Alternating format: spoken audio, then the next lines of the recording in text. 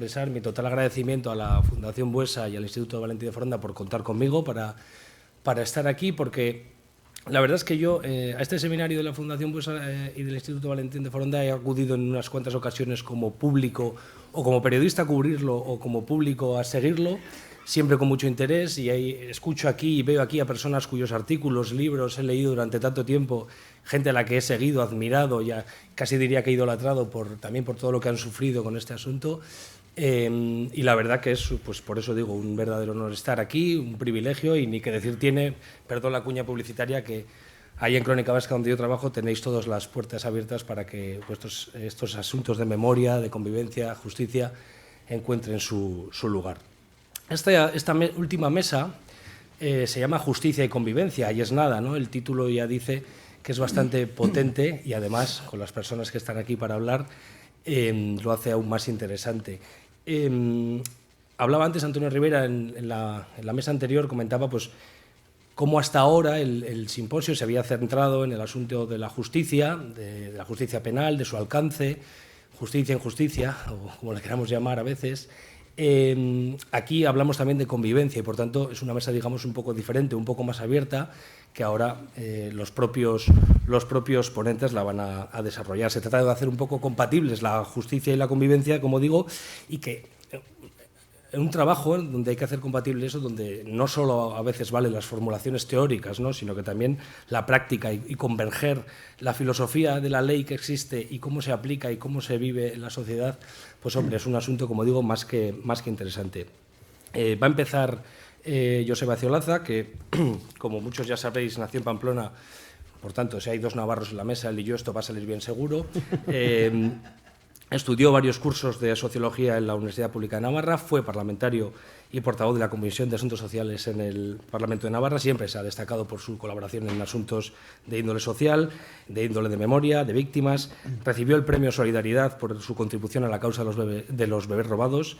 Y hace poco escribió un libro, acaba de publicar hace como 6 meses, él lo explicará mejor, titulado ETA, la memoria de los detalles, libro que yo he leído y que os puedo decir que lo que detalla es precisamente la crueldad de una sociedad donde muchos estaban del lado de los verdugos y donde no había precisamente solidaridad con las víctimas en muchas ocasiones, y donde, como digo, hubo muchísima crueldad.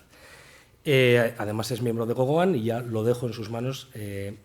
Digo ya para todos que 15-20 minutos cada ponente para ceñirnos a los tiempos y que nos dé tiempo a hacerlo en su tiempo y forma. Bueno, pues gracias Alberto, gracias a la Fundación Fernando Buesa.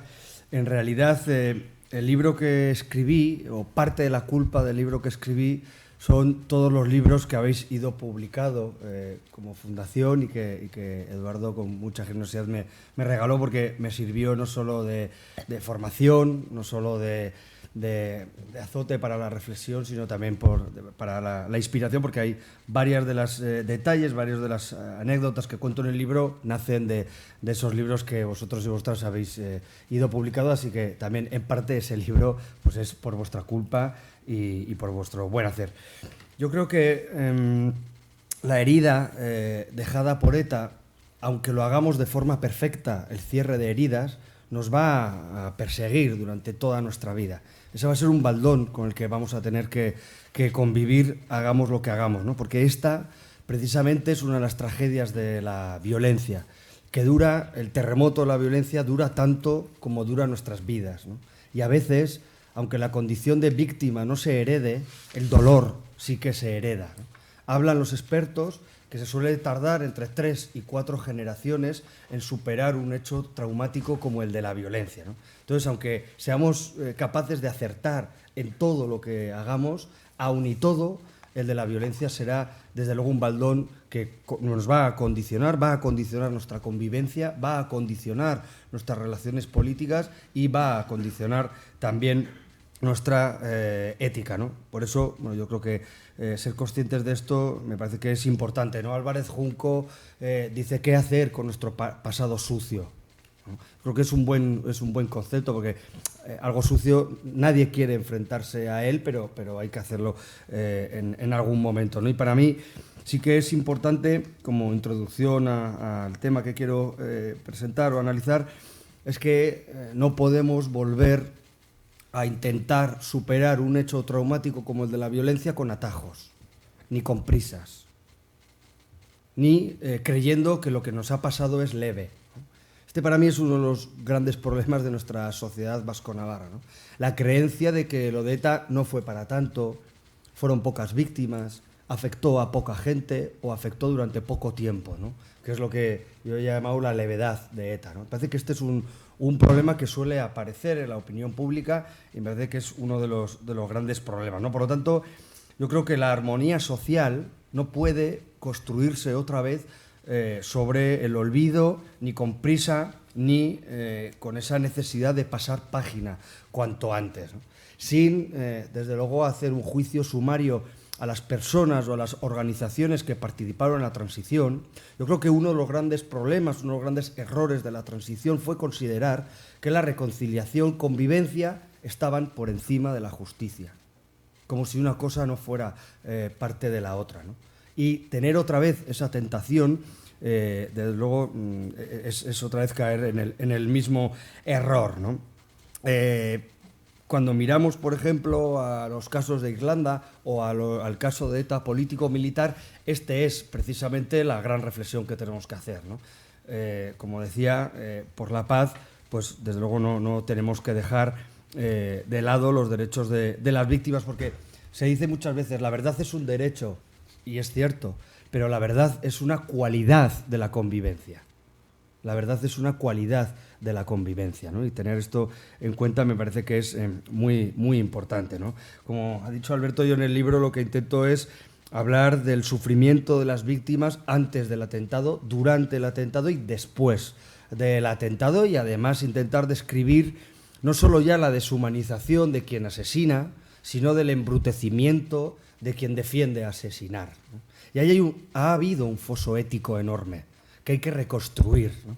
La gran pregunta ahora, en este momento, es si una declaración formal de quienes defendieron a ETA en el Congreso de los Diputados es suficiente para cerrar esas heridas, ¿no? Lo más urgente, sin duda, fue el que pararan de matar, obviamente, ¿no? Pero después de la paz tiene que venir lo que se llama internacionalmente la paz positiva. Es decir, la promoción de otros valores, la promoción de la convivencia y la promoción de otra cultura política y ética, ¿no? Entonces, yo esta pregunta es la que me hago durante estos días, ¿no? Si nos vamos a conformar, si nos podemos otra vez permitir el lujo de conformarnos simplemente con declaraciones formales, ¿no? Porque yo creo que la izquierda abertzale, además, no puede asumir su responsabilidad por fascículos, que es lo que en parte está ocurriendo, ¿no? Yo creo que la deslegitimación social de ETA tiene que ser definitiva y tiene que ser urgente, no puede ser por fascículos, ¿no? Y esto sí que me parece que es importante tener en cuenta, porque ha habido, tenemos que desmontar determinadas actitudes políticas y tenemos que desmontar una cultura del odio, ¿no? A nivel internacional se habla siempre del interés o la necesidad de la garantía de no repetición. En nuestro caso está más o menos excluida la vuelta de una ETA auténtica, ¿no? Que vuelva a matar. Por lo tanto, la garantía de no repetición en nuestro caso se basa en que no vuelvan los valores y las ideas que hicieron posible la muerte. Y eso hay que trabajarlo. Y eso no se trabaja solo con declaraciones formales, ¿no?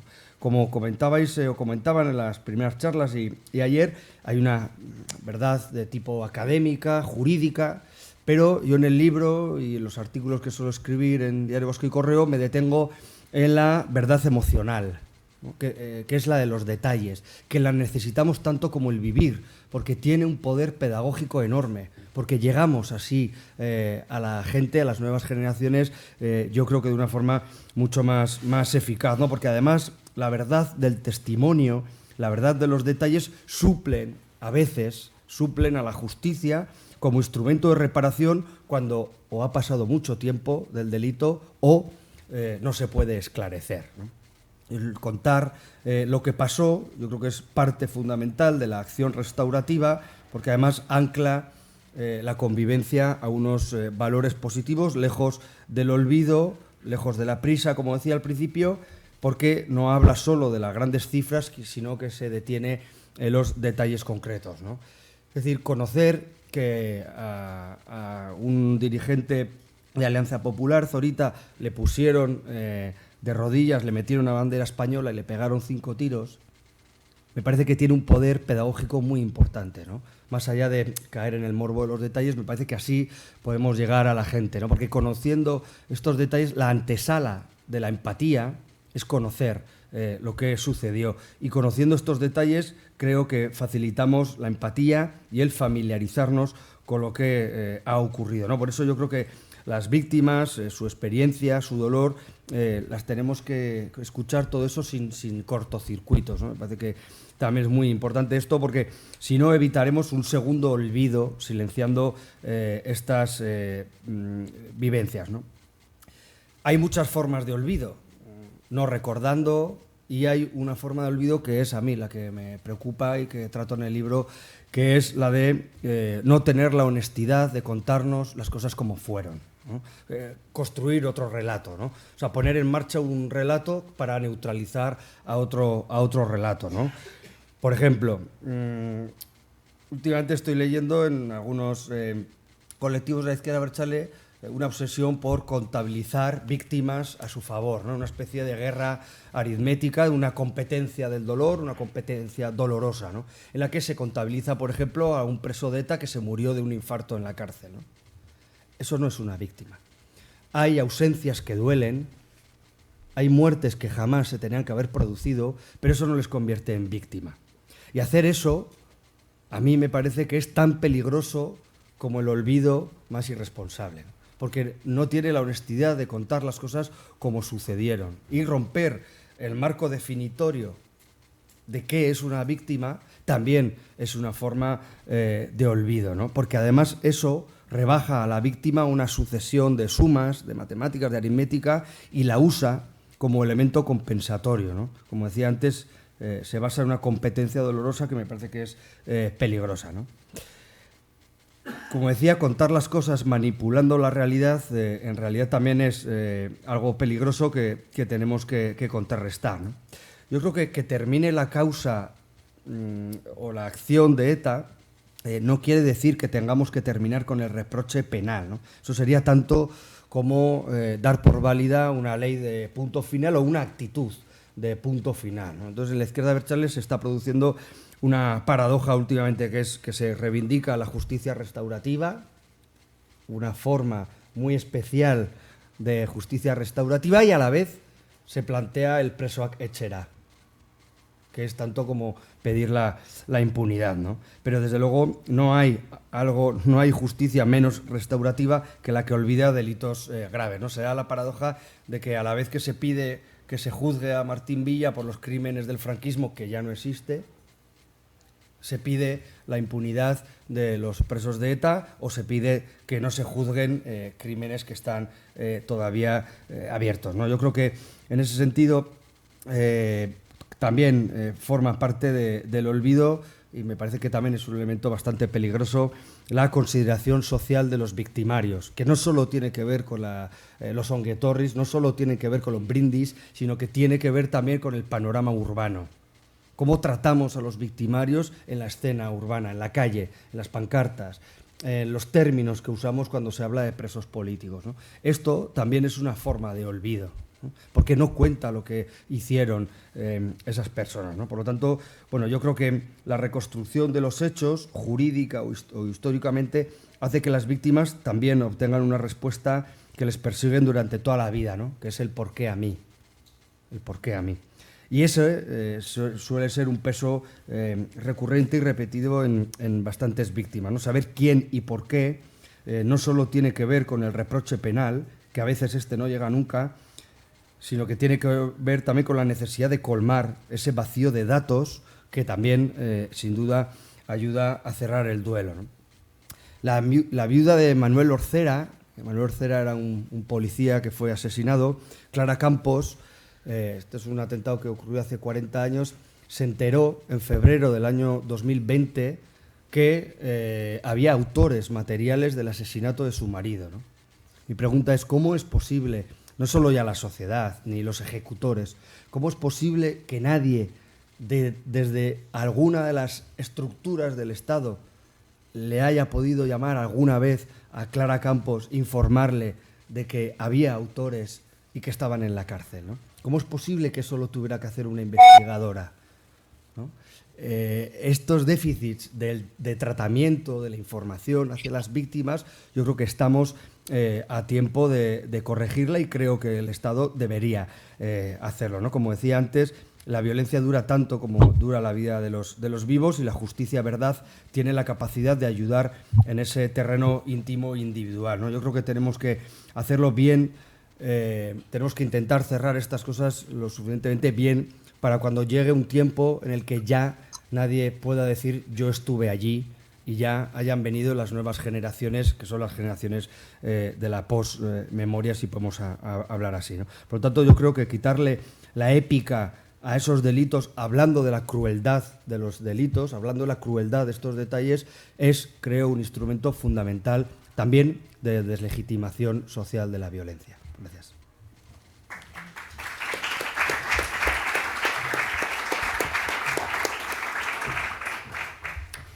El siguiente ponente en intervenir, que lo va a hacer, como veis, vía telemática, es Kiko Tomás y Valiente, licenciado en Ciencias de la Información por la Universidad Complutense. La mayor parte de su vida profesional la ha desarrollado como periodista en la agencia EFE, secciones como Sociedad de Tribunales, pero también ha colaborado en diversos medios de televisión, prensa y radio. También ha desempeñado algunos cargos relevantes, como el de subdirector de Justicia e Interior en el gabinete del presidente del Gobierno en el año 2018-2019. Participó en la campaña que llevó a Ángel Gabilondo a ganar las elecciones en Madrid en 2019, aunque después abandonó el escaño en la Asamblea de Madrid por razones personales, y ha sido director de comunicación también de la agencia EFE y del presidente del Senado. Es coautor de 3 libros, Antología del disparate judicial, La pasta o la vida y La justicia y sus puñetas. Y además, como la mayor parte ya sabéis, pues es víctima del terrorismo, claro, porque es hijo de Francisco Tomás y Valiente, asesinado, como sabéis, en el año 1996 en su despacho de la Universidad Autónoma. Nos tiene cosas importantes que contar y le damos ya paso a Kiko Tomás y Valiente. Hola, buenos días. Muchas gracias por la oportunidad y os saludo a todos, y en especial a Adela, Joseba, Alberto, bueno, ya a quienes me pueden oír.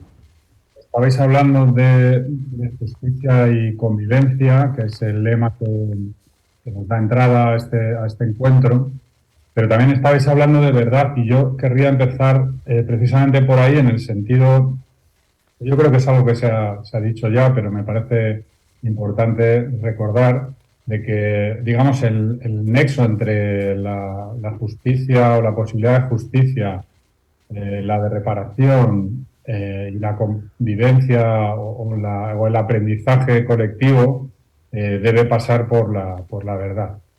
Creo que es oportuno a este respecto citar unas recientes palabras de Arnaldo Otegi, que dijo hace como unos 10 días en San Sebastián. Creo que es oportuno recordar que Arnaldo Otegi es coordinador de Bildu, no solo de Sortu. Por ejemplo, de Bildu, cuya portavoz en el Congreso ha sido condenada por apología del terrorismo, porque fue redactora jefa de EGI. Pues bien, Otegi aseguraba que en Euskadi no hay víctimas de una parte ni de otra, sino que todas han sido víctimas en este país, al igual que los reclusos de ETA no son de la izquierda abertzale, sino que son fruto de una fase histórica. Es exactamente, bueno, exactamente no, pero encaja perfectamente con lo que estaba describiendo hace un momento Joseba, ¿verdad? Es como si las víctimas hubieran crecido en la fértil tierra de Euskadi por el Chirimiri o vinieran andando desde la Concha. Es como si a mi padre las 3 balas que le mataron en su despacho de la Universidad Autónoma de Madrid pues no hubieran sido disparadas por uno de esos soldados vascos, como las llamaba Mertxazurúa, como si no hubiera sido el resultado de la acción de ETA, que mató a niños y madres con bombas indiscriminadas, que intentó la limpieza étnica en Euskadi, como si no hubiera existido lo que existió, o como si no existiera una verdad histórica. La verdad es algo, no sé, la verdad es un objetivo al que nos aproximamos, no quiero poner metafísico, pero tampoco en mi nivel, pero en fin, así hablando un poco como de andar por casa, pues la verdad es algo a lo que se aproxima la ciencia, que tiene un método científico, una forma de corroborar determinadas hipótesis y después va avanzando hacia esas hipótesis, ¿no? Pero la verdad existe, la verdad es algo, es un objetivo, es una meta en la que nos instalamos, a la que llegamos. La verdad no es tan relativa. Y la verdad tan relativa, si hablamos de la verdad histórica, y en la historia también hay un método, hay una manera de aproximarse a una rigurosa, con hechos históricos. La verdad relativa es una verdad, en estos tiempos de populismo, y creo que el fanatismo nacionalista es un ejemplo extremo de populismo. La verdad histórica existe y se puede alcanzar. Y no digamos la verdad penal, la verdad del proceso penal. El proceso penal tiene un método, está establecido de una determinada manera a la que hemos llegado a través de una convención respetuosa con los derechos fundamentales, a partir de unos principios, etcétera, y el proceso penal se desarrolla, bueno, de esto sabe mucho más Adela, claro, pero se desarrolla con igualdad entre las partes y hay un procedimiento y hay unas pruebas. Y finalmente hay unos hechos procesales, hay unos hechos históricos y hay unos hechos personales. Y el discurso de Otegi, el discurso de Bildu, pretende difuminar esos hechos en un campo gris, en el que no acaba de estar claro dónde está cada uno en esta tragedia y cuál fue el papel y la responsabilidad de cada uno en esta tragedia. Pretende hacer equivalentes a las víctimas y a los verdugos. Es una lógica propia de una ideología fascista, una ideología para la cual el fin justifica los medios. Antes, el fin era esta locura de la limpieza étnica en Euskadi y el medio era el asesinato, y ahora el fin es reformular un pasado que les resulta incómodo, empezando por Otegi, que fue condenado por secuestro, o sea, que es un secuestrador, un cobarde secuestrador, es uno de estos que va acompañado de varias personas armadas y coge a alguien indefenso y lo mete en un culo. Es Otegi, que viene dándonos lecciones no sé de qué. Bueno, pues intentan reformular su pasado incómodo ahora con la mentira cínica.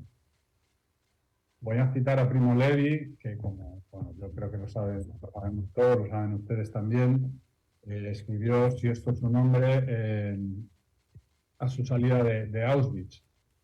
Y nos recordaba, nos decía, pensad que esto ha sucedido, os encomiendo estas palabras, grabadlas en vuestros corazones, al estar en casa, al ir por la calle, al acostaros, al levantaros, repetírselas a vuestros hijos, o que vuestra casa se derrumbe, la enfermedad os imposibilite y vuestros descendientes os vuelvan el rostro. Estábamos hablando también de reparación. La verdad es inseparable del procedimiento, del proceso de reparación de una víctima, porque la pérdida es algo muy difícil de aceptar. Sabemos que la vida está integrada en una buena medida por pérdida. Es así, la naturaleza del ser humano y de la vida es la pérdida. Y sabemos también que la única manera de curar, de que esta obra, cuyo único argumento parece ser envejecer y morir, como decía Gil de Vierna, el único modo de curar la pérdida parece ser o puede ser el de aceptarla.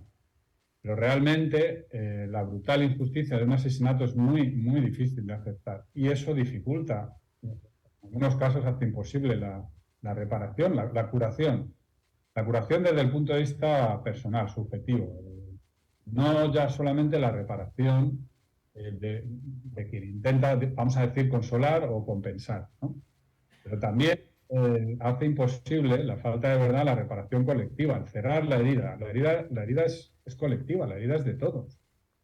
La herida no es solamente de cada una de las víctimas, es una herida social, es una herida de todos. La reparación inevitablemente pasa por la verdad. Ese es el único modo de dar sentido a la tragedia, que a veces, y esto ya no lo dice Gil de Vierna, lo digo yo, no es solamente envejecer y morir, sino es morir antes de envejecer a manos de un estúpido asesino.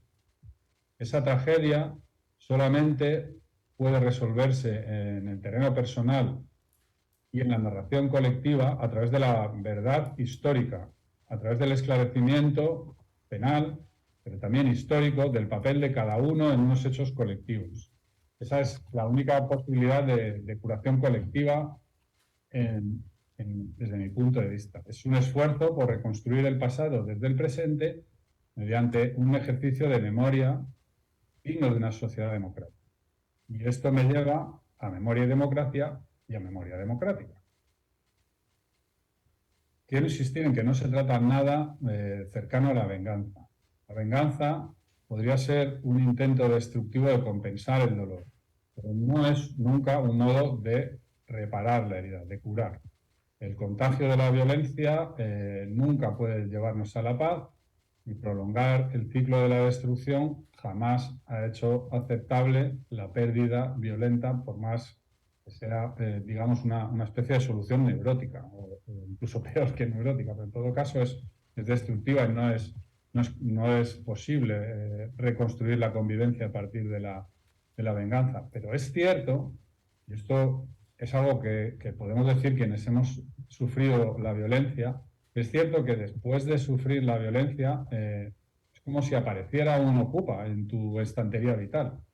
Hay algo distinto que no estaba antes y que ha llegado para quedarse. Y no solamente la pérdida, es la violencia. Es como un vecino que no se va. Es la violencia en su más cruda expresión. No es un fantasma, es algo real y es algo que es muy fácil que enferme y es muy fácil que se contagie. Porque matar es fácil, porque matar requiere únicamente aceptar las consecuencias, pero matar es muy fácil. Y creo que que debe ser valorado el hecho de que las víctimas jamás o prácticamente nunca, muy pocas, hayan caído, pues yo desde luego no, hayan caído en la tentación de la venganza. También es importante recordar que la guerra sucia que existió por parte del Estado quedó muy pronto atrás, probablemente fue sobre todo un vestigio del franquismo y en todo caso ha sido revisada por los tribunales. Y por eso no hay víctimas de los dos lados. Hay fundamentalmente víctimas del fanatismo etarra y muchas menos víctimas de otras violencias ilegítimas, asesinadas también, no que hayan muerto en la prisión. Esto no es una víctima del terrorismo, como muy bien decía el anterior ponente, pero ha habido víctimas de otras violencias, pero en todo caso esas víctimas nunca han podido componer nada parecido a un escenario bélico. Aquí nunca ha habido una guerra y por tanto no se trata de hacer la paz. Esto es mentira. Hubo una derrota del terrorismo y hay unos presos que en función de una verdad procesal, porque, insisto, esa verdad existe, esa verdad ha sido el resultado de un procedimiento garantista, hay unos presos que están justamente encarcelados, que deben cumplir sus penas de acuerdo a las normas válidas para cualquier recluso, o sea, para las mismas, ni más ni menos que para cualquier otro. Y en eso incluyo, por ejemplo, el cumplimiento de las penas cerca de tu domicilio. En la medida en que ya no existe, Estrasburgo aceptó la dispersión de presos porque existía un bien jurídico superior a proteger, en la medida en que había que luchar contra la coherencia, la consistencia de ETA como organización en el ámbito de la prisión. A partir de que ya no existe ETA, ya no existe la necesidad de la dispersión, ya no hay ese bien jurídico superior a proteger y, por tanto, los presos de ETA son presos, porque en el derecho penal no son terroristas, son unos hechos que han sido juzgados y se les ha condenado por esos hechos. Entonces son delincuentes. Y como tales, pues cumplen la pena ni más ni menos que los demás, porque en democracia la ley se aplica a todos por igual. Pero negando esta lógica de guerra, la sociedad y las víctimas hemos sostenido la legitimidad de la sociedad democrática contra el terrorismo. Hemos demostrado con hechos la coherencia del sistema en la defensa de los derechos fundamentales de todos, incluidos los criminales. hemos apoyado la validez del monopolio legítimo de la violencia por parte del Estado en su formulación lo menos destructiva posible dentro de la obligación del Estado de garantizar la seguridad para todos los ciudadanos. La mínima violencia legítima, digamos. Hemos apoyado en suma al Estado de Derecho porque eso es lo que deberíamos hacer, porque se lo debíamos a nuestros familiares asesinados y no hemos querido venganza porque, insisto, además, la herida no es solo nuestra, sino que es de cada uno de nosotros, de todos. Esa es una idea central, que en convivencia democrática podemos intentar hacer de esta obra absurda, como decía Gil de Vierna, algo que tenga sentido, ¿no? Dentro de, incluso después de la tragedia. Pero es necesaria la verdad, no la indignidad. Y ese es el sentido de la memoria, ese es el sentido de la reparación. La convivencia no puede construirse sin cerrar la herida de los que sufrieron la violencia. Por ejemplo, ese es el mismo concepto aplicado a las víctimas olvidadas de la guerra civil, que anima leyes como la de memoria democrática. Es fundamental también cuando hablamos de víctimas del terrorismo.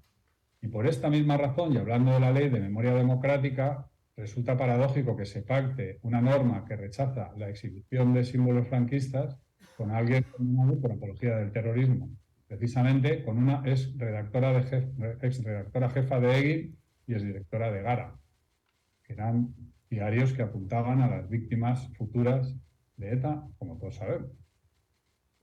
No tengo duda de la legitimidad política, formal, democrática, de Bildu para ejercer su representación y, por supuesto, no tengo dudas de que ETA haya sido derrotada y creo que es una equivocación absoluta pensar que porque no se haya barrido al independentismo vasco, por ejemplo, no haya habido una victoria de la democracia. Reivindico la legitimidad de cualquiera para defender sus principios políticos, respetando los principios democráticos y, por supuesto, incluyendo en estos el derecho a la vida y los derechos fundamentales de los demás. Pero que se acepte la legitimidad de Bildu no significa que se acepte el acuerdo con ellos desde el punto de vista ético. En mi opinión personal, y esa es una opinión en la que coincide una buena parte, pero no todas las víctimas, y insisto, hablo en mi propio nombre, o sea, el de Kiko Tomás Valiente, nadie más, pero en mi opinión, quien habla de reconciliar, de reconciliación sin exigir el pago de responsabilidades políticas por parte de quienes están enlodados en un pasado terrorista, estoy hablando de personas concretas con cara y apellidos que tienen cargos en Bildu, sin exigir el pago de responsabilidades políticas de esos a quienes su historia sangrienta debería privar el ejercicio de responsabilidades públicas, quien acepta que Otegi y sus adláteres no se vayan de Bildu y quien acepta llegar a acuerdos con ellos mientras siguen allí, está siendo desleal a la memoria de las víctimas del terrorismo y yo siento que está siendo desleal a la memoria de mi padre. Deben asumir el error criminal y no me sirve que lamenten los daños como si todo hubiera sido un accidente de la historia. Si asumen las responsabilidades, si lamentan los hechos, empezamos por definir propiamente los hechos en su verdad histórica y continuamos por asumir las consecuencias que se derivan de ellos. El mal existe. Una vez más, no estoy hablando en términos metafísicos, pero el mal es un hecho. Y si no estás dispuesto a ponerle límites, el problema no es solamente tuyo. Una vez más, como la herida, el problema es de todos. Quienes pretenden reparar a las víctimas mientras ayudan a Bildu o a Sortu a reconfigurar su imagen, a intentar cambiar el pasado, porque el pasado, la verdad, es aquello que no se puede cambiar, como decía Hannah Arendt. Aquellos que llegan así, de este modo, a acuerdos políticos que le reconocen a Bildu una virtualidad ética de la que carecen, están siendo desleales con la memoria de las víctimas del terrorismo y están construyendo el futuro desde la mentira, desde la indignidad, y así no se construye la convivencia. Esta creo que es la justicia que merecen las víctimas y que merece toda la sociedad para fortalecer lo que en última instancia debe importarnos más, que es el futuro de nuestra democracia y de nuestra convivencia en paz. Muchas gracias. Perdonad la política. Muchas gracias por tu intervención, Kiko. Y la verdad es que si en este seminario estamos hablando y hablando mucho de justicia penal, pocas personas pueden aportar tanto a este debate como la siguiente ponente, Adela Súa, que como todo el mundo sabe es catedrática emérita del Derecho Penal de la Universidad del País Vasco, que es consejera permanente del Consejo de Estado desde el año 2020 y que fue magistrada del Tribunal Constitucional durante 6 años, si no recuerdo mal, 2011-2017. Además, su trayectoria profesional ha sido fundamentalmente en la esfera universitaria, donde estamos aquí, ¿no? en la universidad, porque aunque inició su trabajo como abogada, pronto pasó a dedicarse exclusivamente a esta tarea la universitaria, precisamente en la especialidad de Derecho Penal. Primero en la Universidad de Deusto y luego en la Universidad del País Vasco. Impulsora y directora de equipos de docencia y de investigación, destaca por sus publicaciones en temas penales y penitenciarios en materia de violencia de género y sistema penal. Entre sus trabajos publicados en este campo, por ejemplo, el titulado Terrorismo y conductas periféricas, la tensión de los principios penales en los límites del derecho, en el año 2007, o el más reciente titulado La justicia imprescindible y sus límites en la deslegitimación de la violencia terrorista, que correspondió a una intervención suya, precisamente en el seminario en el que estamos, pero del año 2018. Así que, sin más preámbulos, Adela, cuéntanos lo que nos tengas que contar. Está abierto, está abierto. Vale. Bueno, muchas gracias. Y muchas gracias. Tengo que decir que a la vez es una satisfacción enorme estar en este seminario. Y lamento no haber podido asistir ayer a las intervenciones de otros colegas, pero esta mañana ha sido súper productiva. Siempre me inspira porque lo que aquí se dice es denso, es profundo y con orientación pragmática para conseguir el avance en la convivencia, y porque siempre me impresiona la ejemplaridad de esta fundación, de otras fundaciones, de otras asociaciones que persisten sin desmayo en la búsqueda de las formas de mantener la memoria, de mantener la verdad, de intentar la reparación más allá de los límites formales, ¿no? Y me impresiona estar aquí, como siempre, con víctimas directas de esta parte más llamativa del terrorismo, la de los asesinatos, pero sabemos, y aquí se ha hablado, y Maite Pagazaurtundúa, y constantemente sabemos que el terrorismo es todo un fenómeno que va más allá de los asesinatos, sino que es una perversión de la sociedad que pretende considerar la violencia como instrumento legítimo de imposición política y utilizar a las personas como menos instrumentos para, ¿no?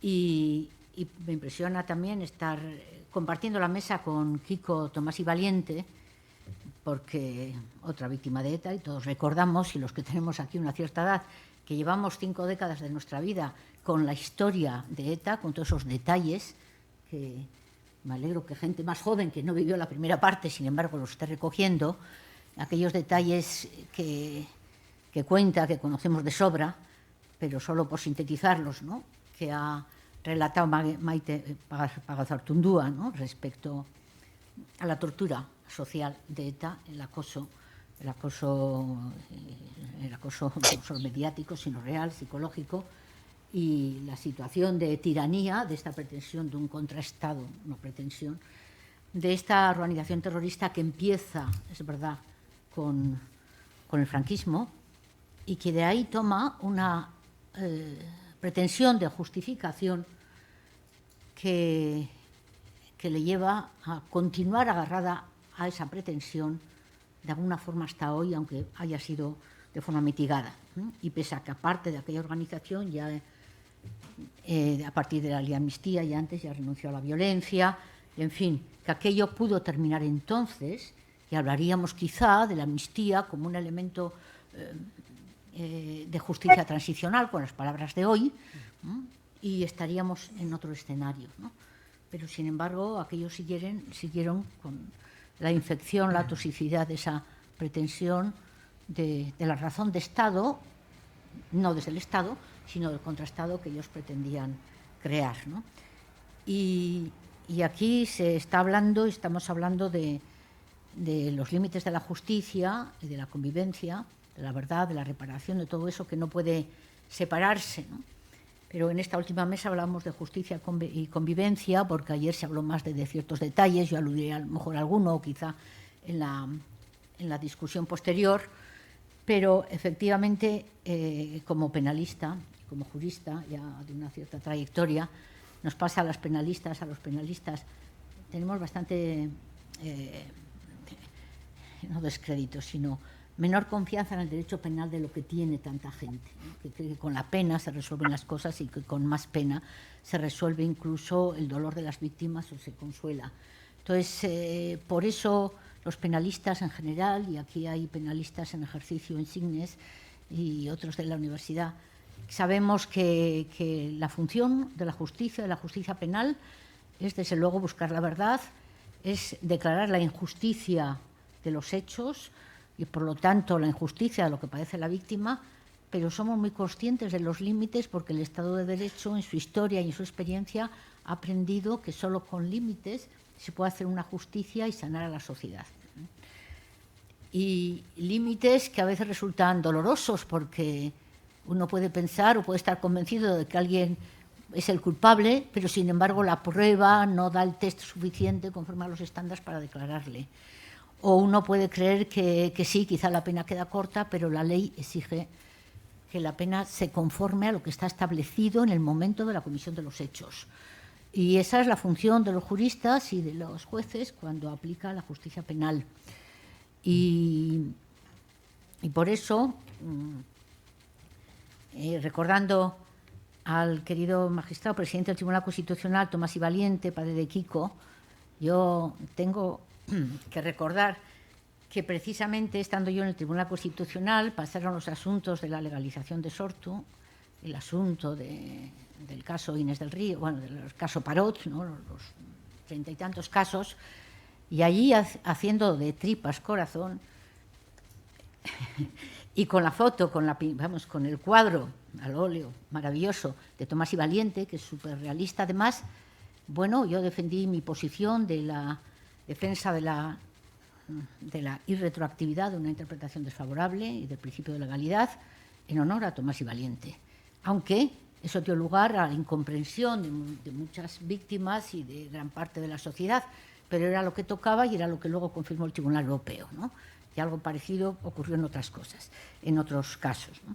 Entonces, precisamente por eso conocemos que el derecho penal cumple una función imprescindible contra la impunidad y por eso debemos estar siempre exigiendo el buen hacer de la justicia penal, la investigación detallada, que no haya estos errores, estas pérdidas, esa falta de celo, ese maltrato a las víctimas en muchos casos, incluso en los juicios. Yo recuerdo en el último juicio del asesinato de José María Lidón, compañero nuestro, en la Universidad de Deusto, cómo preguntaban y bueno, en fin, cómo se dirigieron a la viuda de José María Lidón y cómo aquel juicio terminó en una absolución por insuficiencia de la prueba respecto a aquellas personas que parecía que eran, conforme a lo declaraban los testigos del asesinato, la mujer de José María Lidón y su hijo, pero realmente aquello llevó a una solución, ¿no? En la segunda vez que se enjuiciaba el caso. Se condenó solo a un cómplice y la condena del autor principal pues, no pudo realizarse por el principio de la presunción de inocencia.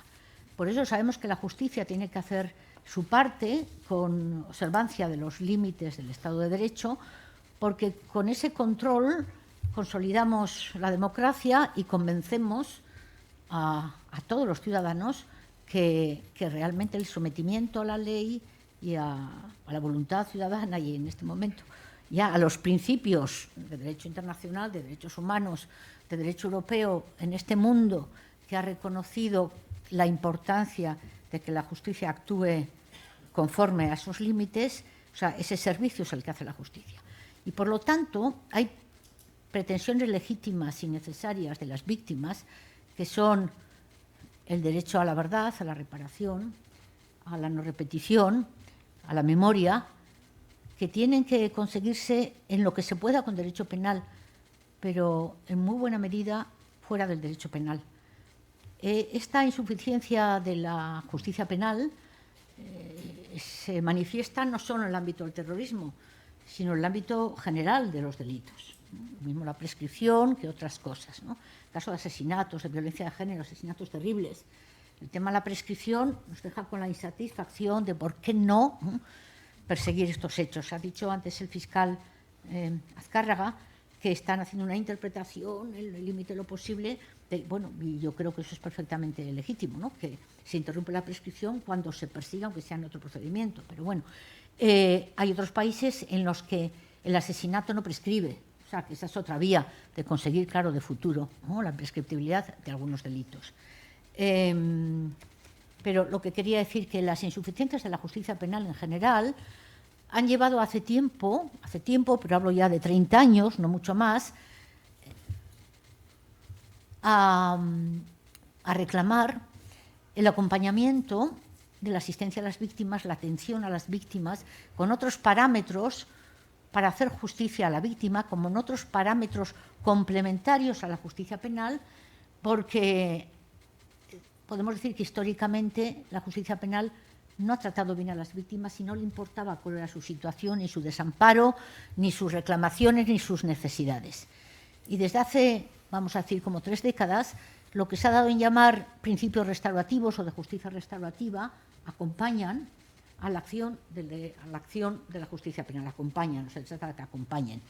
Desde luego, en estos 50 años de ETA hemos experimentado no solo el tránsito hacia la democracia, con todos los obstáculos que el desarrollo de la máquina terrorista, el terrorismo de ETA y otros pudieron poner, pero hemos visto también el desarrollo y la consolidación del Estado de Derecho en nuestro país, que ha sido fundamental también para la superación de los intentos de legitimación de ETA, la superación relativa, seguimos en ello, ¿no?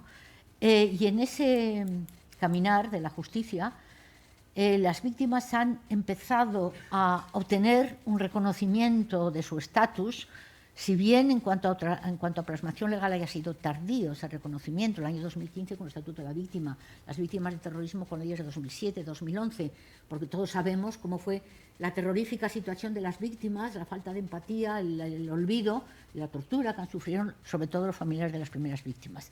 Todo eso que lo sabemos bien, los que somos coetáneos de la época y los que acceden a la lectura o al desarrollo y a la plasmación en la literatura o en el cine de todo lo que ocurrió. En el ámbito de la justicia penal ha habido cierto rechazo a considerar que esto es también algo jurídico, pero lo cierto es que la tendencia y la necesidad a veces en el ámbito jurídico de clasificar, de ordenar y de establecer compartimentos estancos, yo esta última creo que no es necesidad sino una mala práctica, ¿no? La necesidad de ordenar sí, pero cada vez más vemos la necesidad de complementar, reenviar y recoger información que puede servir luego para otros efectos. Los relatos que están en las sentencias, aunque lleguen a la conclusión de que no pueden culpar a una persona concreta como autor de un delito, sirven para la historiografía de la verdad y sirven para reconocer la autoría de una organización.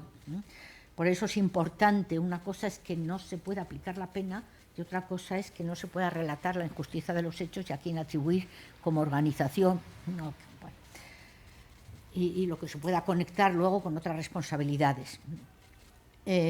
Lo que quiero decir es que a lo largo de estos 50 años, quizá, bueno, claro, ya 10 años de la proclamación de que no se iba a usar la violencia por parte de ETA, a 4 años solo de la disolución. A veces parece que ha pasado bastante tiempo, pero sabemos que no ha pasado tiempo en cuanto a la aplicación de los anticuerpos, hemos dicho alguna vez, o de la medicina suficiente para atacar las raíces o el fondo, los factores que dieron lugar a que la sociedad tolerara o que toleráramos, bueno, que esto se desarrollara y que todavía siga habiendo cierta tolerancia a la legitimación de conductas como esta, ¿no? Pero es verdad que hoy día, cuando hablamos de justicia y convivencia, porque vamos a hablar de hoy, ¿no? La convivencia y la justicia en los años de la transición fueron mucho más turbulentas. Hoy día llegamos a la disolución de ETA porque el Estado de Derecho y y no solo la acción de la justicia, sino también la creciente pero lenta repulsa de la sociedad y el coraje de asociaciones cívicas y de asociaciones de víctimas lograron cambiar la opinión en gran medida, y sobre todo en el País Vasco estamos hablando, que es donde no tenemos que reconocer que estaba el virus y persiste en un cierto grado, nos sitúa en una realidad distinta, porque efectivamente hoy persisten en las cárceles 170 o por ahí presos de ETA, pero han pasado cientos y miles. Hay toda una historia que forma parte también de los detalles de la historia del terrorismo, de la historia de los presos y su control por la propia organización, el discurso de utilización del alejamiento y de la dispersión, en fin, en sentidos por parte de la organización para la disciplina de los presos, y hasta 2013 nos acude a los tribunales para solicitar interpretación, etcétera.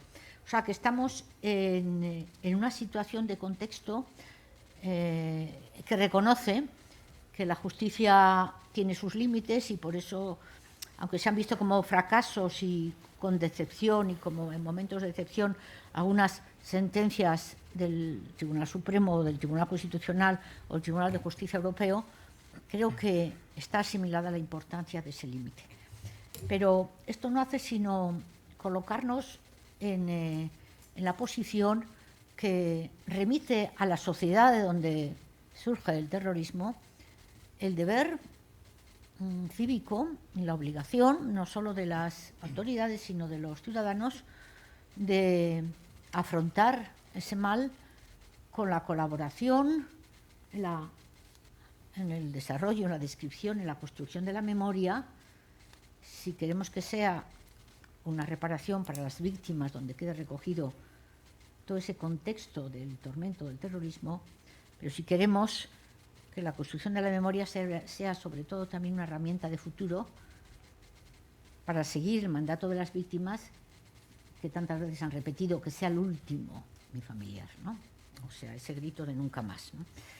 Entonces, hablar de justicia y convivencia hoy, con la perspectiva de ese recorrido y de esa realidad del coraje que ha habido y que hay en la sociedad vasca, con ese matiz que, no me acuerdo, ha sido Maite Pagazortundúa, ¿no? El 50% de la población puede decir que está de acuerdo en legitimar la violencia, que tal y cual, pero solo el 5% acude a las manifestaciones, etcétera, ¿no? O sea, hay una labor importante que hacer y que desarrollar.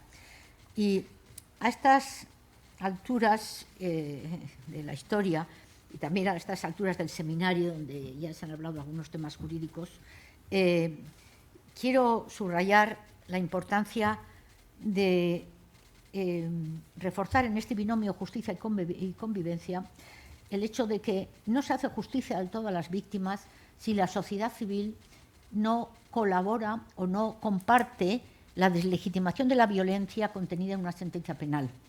Y si no hay, puede haber sentencia penal que de todas formas colabore en la deslegitimación, porque lo saben bien las familiares de víctimas de la primera época.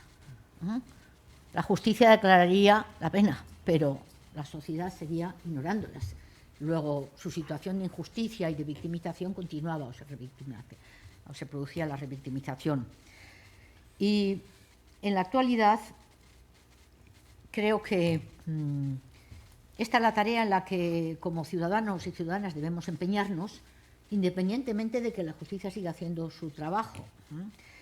Y en el trabajo de la memoria, como base de la convivencia, lo que quiero subrayar es que nos compete la construcción de esa realidad, de esa verdad histórica, compuesta de los detalles de la realidad, de las emociones, efectivamente, que son las que comunican y nos colocan en la realidad, y el poder compartir con los demás y con los más jóvenes, sobre todo, que es lo más importante, lo que significa ese desprecio de la vida y ese desprecio del conciudadano y ese desprecio de la dignidad igual. Pero no solo eso, necesitamos la memoria también de todo lo que ha ocurrido, aunque paulatinamente, en la sociedad, que ha venido cambiando la orientación de las leyes en cuanto a la plasmación de reconocimiento de sus derechos, aunque sean económicos, y muchos otros. Eso es un avance, sin duda, respecto a lo que había en el año, pues, en 1998, por ejemplo, ¿no? Un momento, quería decir, esto es un avance, pero también quiero subrayar aquí que cuando la ley reconoce, la ley cumple su función, pero sigue siendo una ley burocrática, formal, que no siempre da suficiente satisfacción a las víctimas, ¿no? Que el Estado asuma la reparación a través del Fondo de las Víctimas y tal es muy importante, porque son los parlamentarios los que aprueban eso y la sociedad se va acostumbrando a eso, pero no sustituye la reparación que las víctimas requieren a través del reconocimiento de los ciudadanos de que aquello no debió suceder nunca, pero algo más, ir al fondo y a la raíz en el relato de por qué sucedió aquello y cuál es el fondo, el factor y la raíz a la que tenemos que atajar y prevenir para que no vuelva a suceder. Y por ello, en la construcción de la memoria, en la que podamos encontrar un punto común y un mínimo común denominador, en la que progresivamente podamos reconocernos desde distintas posturas en esta sociedad que todavía existen, algunas todavía escandalosas que ha relatado Pagazaurtundúa, Maite, y en esas dos posturas que, como indica o relata la presentación de este seminario, como subrayando la sorpresa o el cansancio, dice: aquí otra vez se vuelve a repetir esa tensión dialéctica entre posturas enfrentadas que indican que la confrontación producida durante la existencia del terrorismo se sigue extendiendo al tiempo en que éste ya no está activo. Porque creo que este acierto de la Fundación Buesa a la hora de formular este problema que todavía persiste, de que por un lado, pues, bueno, las declaraciones de Otegi aquí se han repetido, esos fascículos a los que tú hablabas de progresivo petición de perdón, que puede a veces ser estereotipada, a veces no, porque las víctimas son heterogéneas y los condenados también, como sabemos, por los encuentros restaurativos y por otras experiencias. Esta confrontación y las últimas declaraciones de Otegi, que ha aludido Kiko, Tomás y Valiente, contrastan con la pretensión, por otro lado, de la búsqueda de calificaciones jurídicas que efectivamente nos van a conducir a la melancolía, porque como juristas sabemos que la clasificación de los graves conflictos, de los graves crímenes contra la humanidad, de graves situaciones de terrorismo, requiere una ordenación que lleva hoy por hoy a dejar sin mayor esperanza la pretensión de calificar como delito de lesa humanidad las conductas tan graves de terrorismo, ¿no? que enferman a una sociedad y que crean tanto dolor. Pero sabemos que estamos en Euskadi, que nos compete reparar y trabajar la memoria para el futuro, pero sabemos que estamos en un mundo que va más allá, donde las tragedias de las confrontaciones armadas y de la aplicación del terrorismo de Estado y de la destrucción y aniquilación sistemática de grupos étnicos o por razones religiosas o las que fueran, es mucho mayor. Entonces, el derecho penal internacional, los tribunales y la concepción del delito de lesa humanidad requiere algo más que una repetición sistemática de ciertos delitos muy graves, requiere también que aquellos que realizan esa destrucción sistemática tengan un poder al menos sobre una parte del territorio de forma suficiente, de manera que podemos aludir a ellos como una forma de Estado o una pretensión de monopolio de la violencia en un determinado territorio. Lo vemos en Colombia, lo vemos en otros lugares, lo vemos en África. Y esas son las situaciones terribles, que precisamente por terribles, paradoja, la experiencia internacional conduce y permite y legitima que para superar esas situaciones extremas, que no es la nuestra hoy, en 2022, ni hace mucho, porque estamos en una situación democrática donde la democracia ha vencido al terrorismo.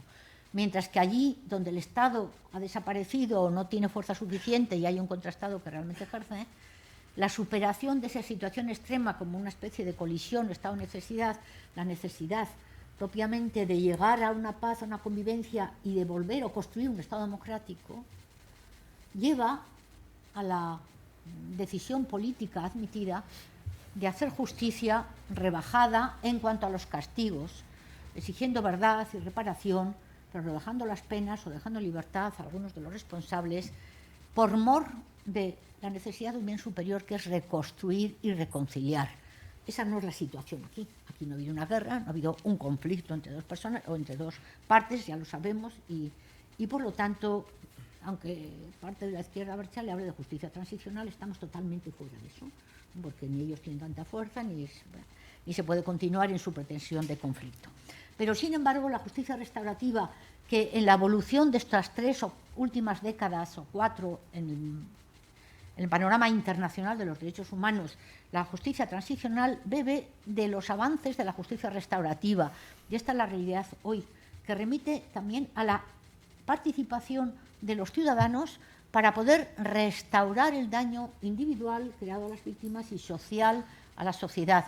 Se solicita, se pide a veces que personas próximas a las víctimas puedan participar para que los que han sido condenados por ese delito otros pueda haber un diálogo en su caso o puedan ofertar una reparación sincera, etcétera.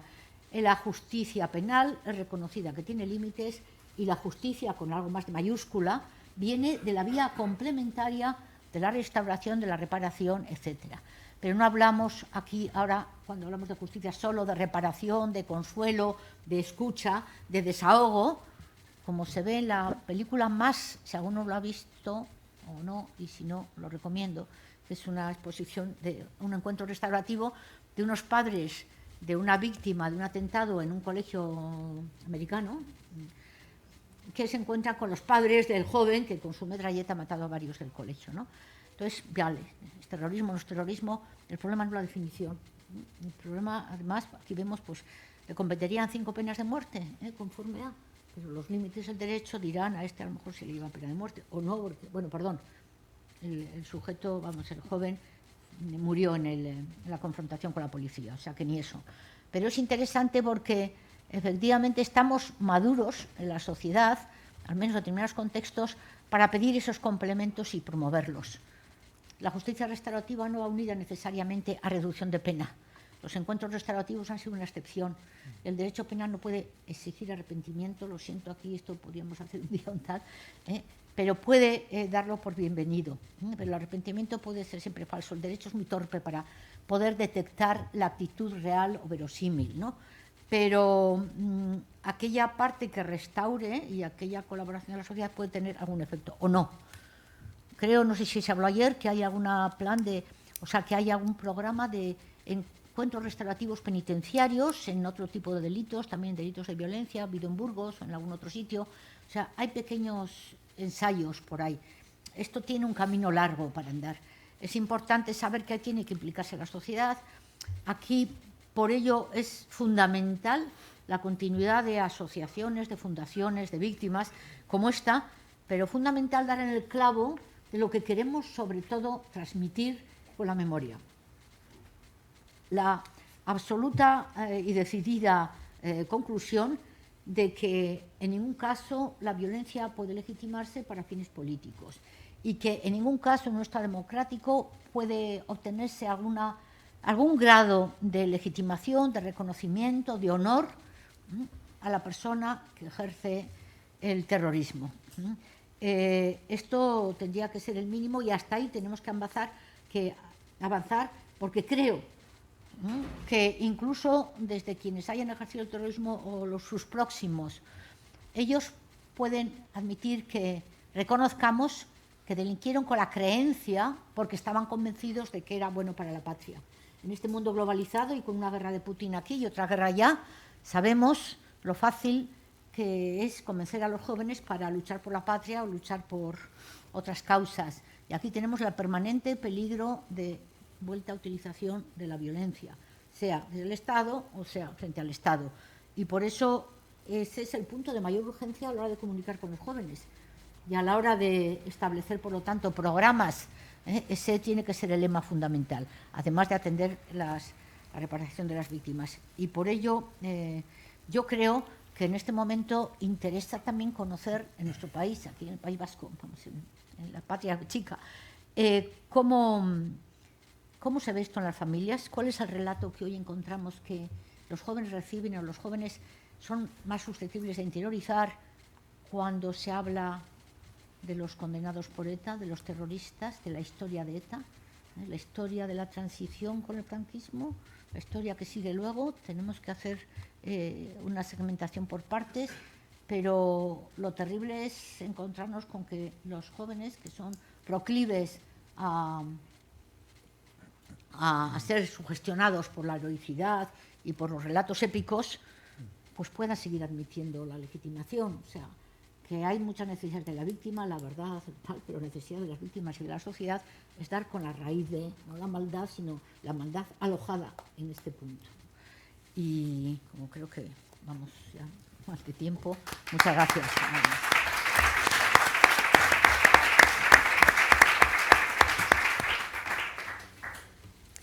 Bueno, la verdad que los tres ponentes han dicho tantas cosas y tan interesantes que estoy seguro que se van a despertar rápido unas cuantas preguntas por parte de los que estáis ahí en el público, pero esto último que decía Adela sobre los jóvenes, permitidme que me lleve a una pequeña reflexión y una pregunta para ellos o para vosotros, precisamente por el lugar donde estamos. Porque es evidente que hoy aquí, en este simposio, o en los precedentes, o cuando acudimos al In Memoriam en febrero, o a otro tipo de actos de este tipo, presentaciones de libros, etcétera, la mayoría de los que acudís, tenéis muchas canas, ¿no? Y no hay tantos jóvenes, pero aquí, precisamente aquí, hace 3 años, parece que ha pasado un siglo.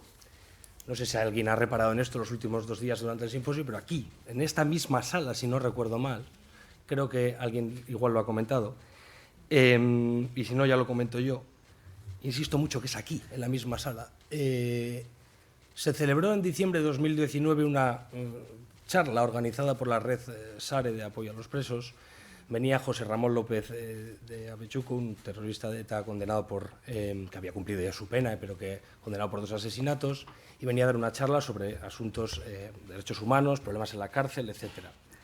Y ese día aquí, lo digo porque estaba, no cabía un alfiler, ¿no? No había canas, había jóvenes barbilampiños y había mucho acné, pero no recuerdo si era esta sala o era otra, porque es que había tanta gente, tanto joven, yo creo que era la misma, apiñado para escucharle, que llamaba la atención, y no soy capaz de recordarlo, ¿no? De exactamente si era esta, de tanta gente que había, y tanta gente que le aplaudía, y tanta gente que, también es cierto, hay que decirlo, generaba cierto ambiente opresivo a los periodistas que veníamos a contarlo y a preguntar. Y esto me lleva, por el lugar, y esta comparación, no sé si bien o mal traída, a la pregunta de qué se puede hacer o cómo de posible es la convivencia en un lugar donde existe, porque existe y es innegable que existe aún entre muchos jóvenes la fascinación por el terrorista. Porque es precisamente, además de lo que hablaba Adela ahora al final. Así que... Bueno, yo he colaborado en los ámbitos de la memoria histórica del 36, de las familias republicanas, y yo creo que a veces de forma muy ingenua hemos solido decir que es importante recordar para no repetir, pero eso es una ingenuidad. Eso solo no hace falta algo más. Los serbios conocían lo que había pasado en la Segunda Guerra Mundial y repiten Srebrenica, ¿no? No solo hace falta memoria para no repetir los errores, sino que hace falta valores, hace falta un corpus ético, ¿no? Como decía Ortega Gasset, otro espíritu de época, si se me permite la pedantería, ¿no? Yo creo que eso es lo mayor, para mí lo más importante, ¿no? Porque recogiendo algunas cuestiones que han dicho en la anterior, es verdad que transmitir el valor político de las víctimas me parece importante, ¿no? Porque ETA quería imponer unas ideas y tenía actitudes antipluralistas y autoritarias, ¿no?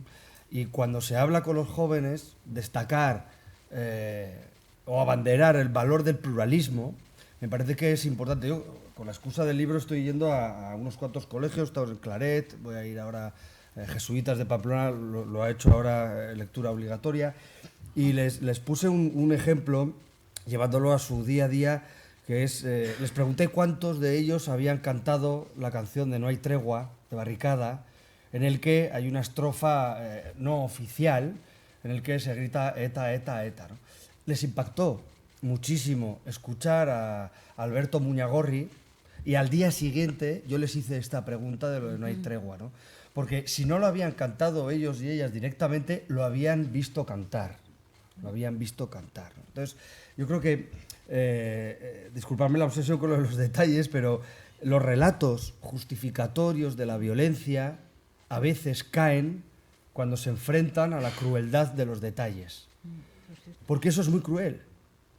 Porque decirles, zamarreño, te vamos a matar, y efectivamente le mataron, y alguien puso una copa de champán al día siguiente, eso impacta muchísimo, incluso entre quienes defienden a ETA, porque desde algunos espacios políticos se nos ha transmitido que la violencia está llena de causas generosas y mayoritariamente hombres entregados, pero la violencia es sobre todo un trauma.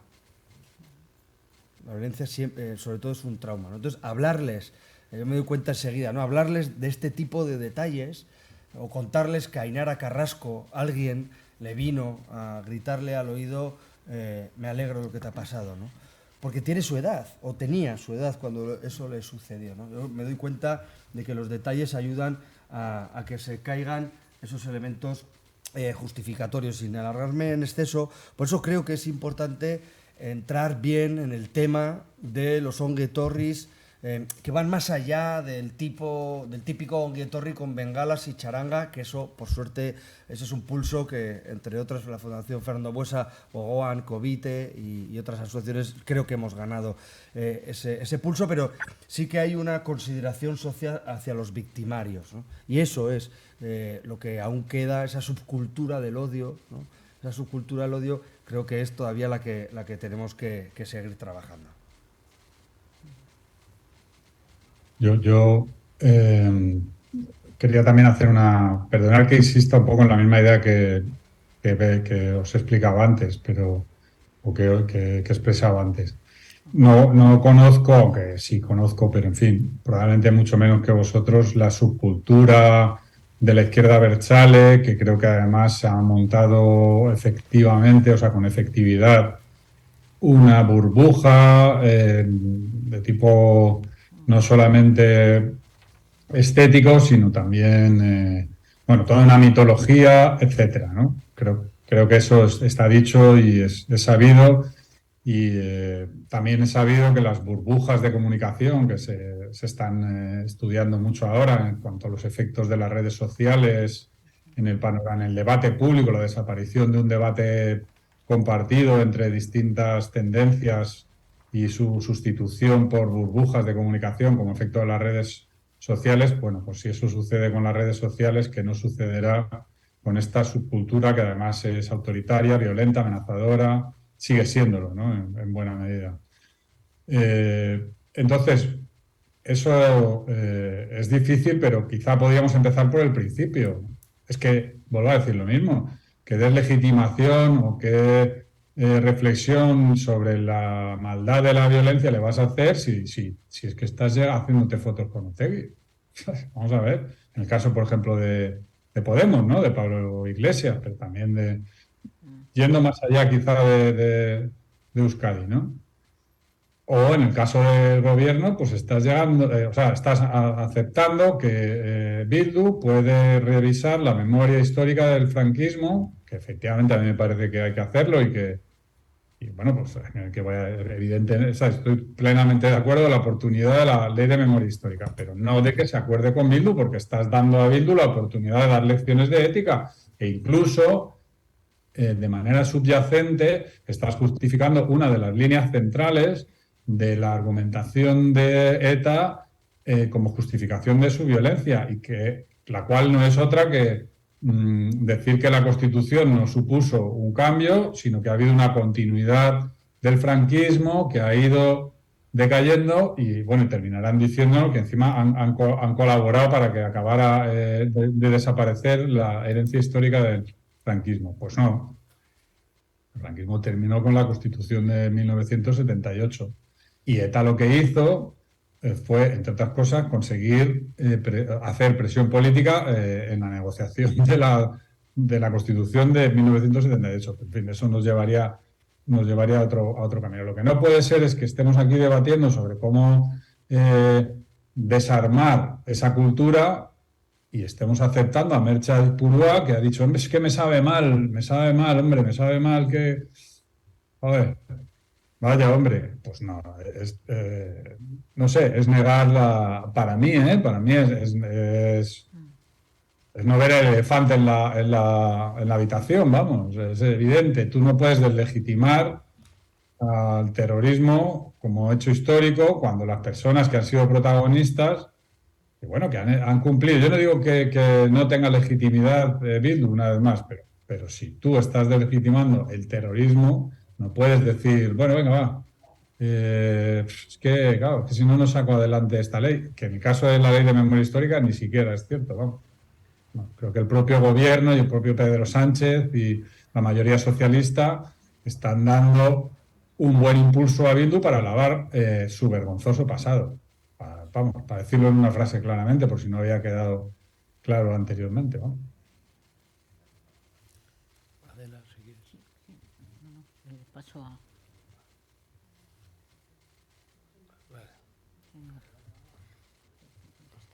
Si Adela quiere decir algo respecto a la pregunta. No, si no... que entiendo, o sea, ese sería un imperativo ético. El tema es si es un imperativo político. O sea, creo que la sociedad podemos denunciar eso, pero debemos continuar exigiendo que, que Bildu pues, no permita al Sortu, aunque Sortu en sus estatutos hay una serie de promesas, ¿no?, de expulsión del partido aquel que haga apología de la violencia o que reclame la legitimidad de ETA, está en sus estatutos. Luego no lo ha hecho, pues a lo mejor hay que denunciar porque está incumpliendo, ¿no? Porque si se legitimó fue porque allí se contenía la declaración de todos los requisitos necesarios. Pero otro día leía, ahora no sé por dónde tengo ahí la referencia, es que a veces pedimos a la política, o sobrevaloramos lo que puede hacer la política y le dirigimos imperativos éticos que tiene que ser un horizonte, pero la política es negociación, es concierto, es tal, y una vez que tiene la legitimidad parlamentaria, pues tenemos que ser consecuentes. Si no nos gusta, no lo votamos, pero está dentro de la legitimidad democrática, ese es el tema. Por eso hay algo más que la justicia, algo más que la legitimidad democrática y política, que es lo que tiene que hacer la sociedad para que eso no vuelva a ocurrir, pero seguimos todavía en cierto tránsito, ¿no?, en este punto. Por aquí. Sí, yo al hilo de la reflexión de Kiko, compartir otra reflexión. Yo he sido parlamentario vasco de 2001 a 2012. He tenido que hablar con... Ha habido de todos los nombres, pero conozco a la Rita Roque en los años más duros, en 2003, 2004, 2005, y hemos llegado a acuerdos con ellos en cuestiones puntuales. Pondré una iniciativa que lideramos mi grupo parlamentario en la reparación de las víctimas del franquismo, que lo sacamos adelante con el Partido Popular y conozco a la Rita Roque. Pero es que eso no es obvio, cortapisa ni vaya a dar para que cuando haya que hablar de la deslegitimación lo hablemos con toda la claridad o con toda la dureza del mundo, ¿no? No es absolutamente incompatible. Yo he sido concejal en mi ayuntamiento, 1.500 habitantes y 7 presos de ETA, imagínense, y yo he pactado con ese mundo pues la ayuda a domicilio, los bancos, las farolas, pero cuando traían mociones de las que llamamos del Euskotema, que es siempre lo mismo, pues, perdónenme la expresión, pero se daba hasta en el carnet de identidad y algún insulto que otro me ha costado. Es decir, a mí en este momento concreto, y después del final de ETA, y después de su desaparición, a mí lo que no me produce tanta grima es que se pueda pactar la reforma laboral con ese mundo. A mí lo que me duele, y creo que es lo que se echa en falta, es que el discurso deslegitimador y el liderazgo público e institucional de discurso legitimador no se ve por muchas partes. Parece que nos da un poquito de pudor el decir las verdades del barquero. A mí eso es lo que me... A mí con la reforma laboral o muchas otras cosas que se pactan, bendito sea Dios. Perdone por la expresión. Pero yo echo en falta eso, y lo digo desde la experiencia de haber compartido escaño con Josu Ternera, que la cosa tenía su bemol, o haber estado en un ayuntamiento de 1.500 habitantes con 7 presos y oído pues lo que ustedes se pueden imaginar. Pero no tanto es el hecho de llegar a algún acuerdo que sea positivo para el conjunto de la sociedad, sino el no establecer un discurso nítido y un liderazgo público nítido en la deslegitimación y en la exigencia de autocrítica de ese mundo.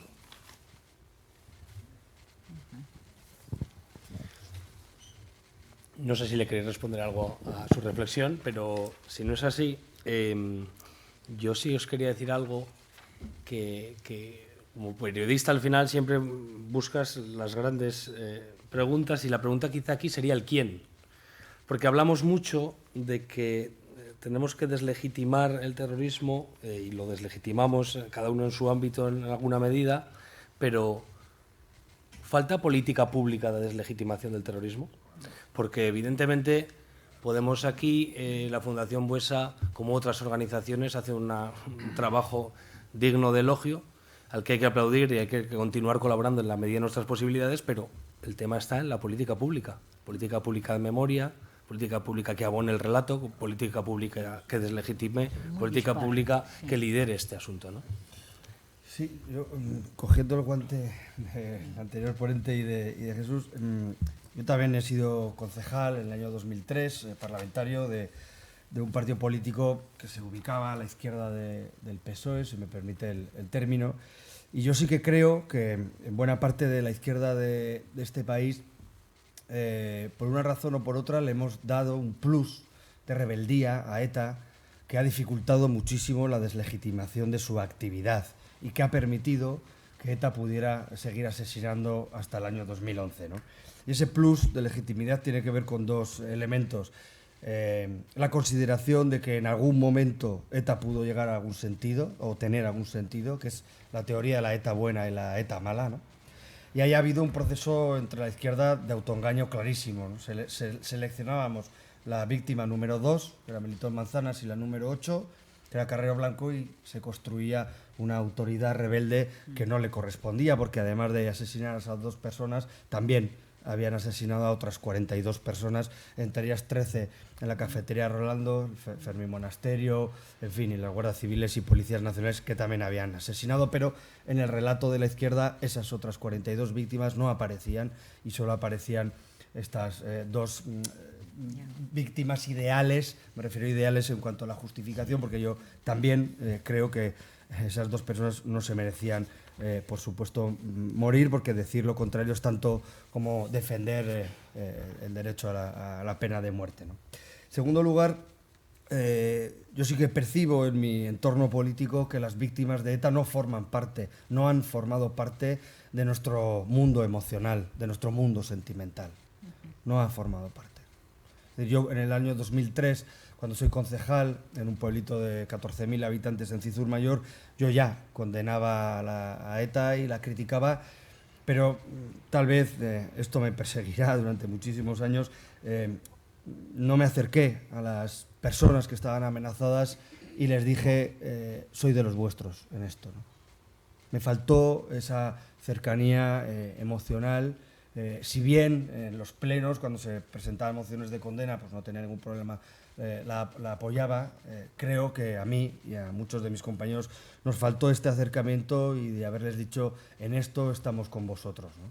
Y creo que esos debes en la izquierda hoy, en parte, se están otra vez reproduciendo, como decía Kiko, en algunas fotos que se producen en el mundo de la política, ¿no? Porque me da la sensación de que esa necesidad de normalizar a Sortu o a Bildu tiene estas querencias que he comentado antes de correr en exceso, ¿no?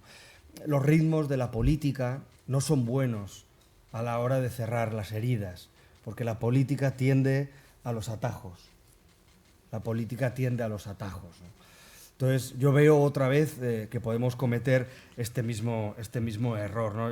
Josué Lespe suele decir, que me parece que es una idea bastante interesante, dice: podemos hacer compatible los acuerdos políticos en las instituciones con la exigencia ética, ¿no? Y creo que esa exigencia ética es la que a veces nos falta, ¿no? Ya para terminar, en esta paradoja de lo que en unos capítulos del libro yo llamo valores intermitentes.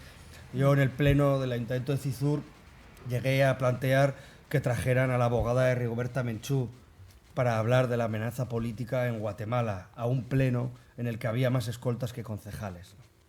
¿Cómo es posible que la izquierda en este país conectáramos con tantas causas y en este caso yo fuera tan ciego a lo que les estaba pasando a mis compañeros, ¿no? Fijaros cómo me miraban, cómo me mirarían los cargos públicos del Partido Socialista y del Pueblo Narro cuando yo fui con esa iniciativa de Rigoberta Menchú y no hacía ninguna mención a su amenaza cotidiana, porque yo les hablaba de la ordenanza de los jóvenes, de pensiones, de política social, pero yo me iba a mi casa y ellos se quedaban mirando debajo del coche, ¿no? Y esa es, yo creo que uno de los debes que en este país la izquierda tiene, no solo con la causa del antiterrorismo, sino también con la causa de la solidaridad hacia las víctimas que, como digo, no han formado parte de nuestro ámbito sentimental. Ahora sí que termino. Una de las cuestiones que a mí más rabia me dan de algunas críticas que he recibido a la hora de, después de publicar el libro, es que me han dicho: es que estás haciendo agenda de derechas, ¿no? Hasta que no rompamos estos mitos, hasta que no rompamos estas ideas, será difícil poder convencer al conjunto de la izquierda de que cerrar esto bien también es responsabilidad nuestra a nivel político.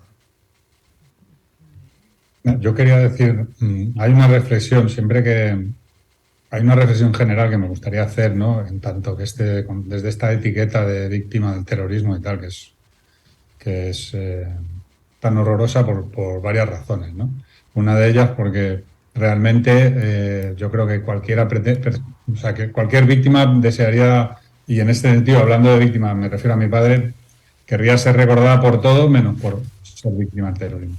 Pero bueno, además de eso, que parece que habla la víctima del terrorismo y se confunde, o algunas víctimas confunden su legitimidad, vamos a decir, sentimental, con la razón, ¿no? Entonces, bueno, pues tú puedes tener una legitimidad determinada en un ámbito muy, muy, muy específico, casi penal y poco más, en tanto que víctima, y políticamente tienes pues el valor que tiene una opinión determinada, sin más. Entonces, yo no pretendo con esto tener razón o imponer, ¿sabes? Lo digo porque, aunque es evidente, parece que desde algunos colectivos de víctimas se pretende algo parecido, ¿no? Entonces, bueno, dicho esto, sí creo que es un error el excesivo, lo que estáis diciendo, o sea, demasiada rapidez, que no es otra que, digamos, demasiado tacticismo. Eso ni siquiera desde la conveniencia política, y ahí ya, bueno, ya es otra opinión que ya no digo ni como víctima de terrorismo, sino, no sé, como uno más. Creo que esa prisa y ese juego corto no construye nada, ni siquiera a medio plazo. No es ni siquiera creíble cuando estás hablando de violencia de género, por decir algo. O estás condenando a Vox por estar, bueno, por ser bastante, bueno, vamos a decir, rozando el autoritarismo y en populismo de derechas y a veces populismo penal y, en fin, lo que es Vox, no es creíble.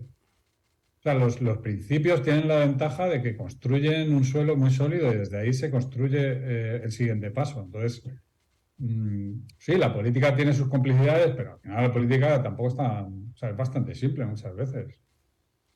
Es una cuestión de conveniencia momentánea y de saltarse principios por conveniencia. Cosa muy distinta estoy hablando de ahora mismo con Bildu, el gobierno, el Congreso y tal. Por supuesto, es que en una situación, pues bastante tenía el concejal que estaba en esa situación como para, bueno, quiero decir que luego efectivamente hay situaciones distintas, ¿no? Yo estoy hablando un poco de una manera estratégica y del gobierno y qué hacer con gente muy, muy conocida que tiene mucho significado y mucho efecto, ¿no? Como Otegi, por ejemplo.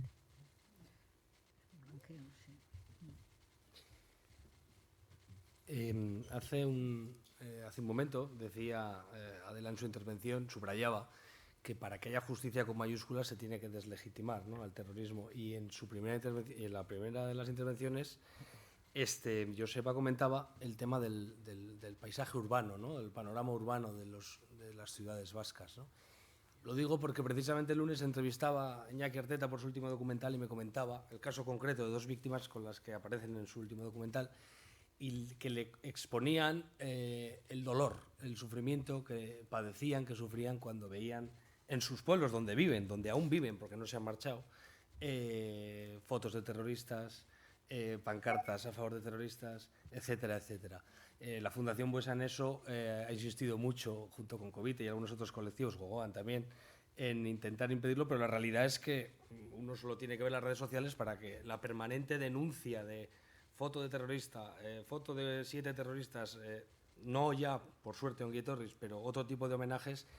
Claro, ¿qué se puede hacer para que esto no esté en nuestras calles? Sí, porque la ley de víctimas de 2008, ¿no? Por favor, dale la palabra. Adela modera también, porque No, perdón. está bien. No, me parece bien. No, es que, ¿qué se puede hacer? Es que ya se ha hecho.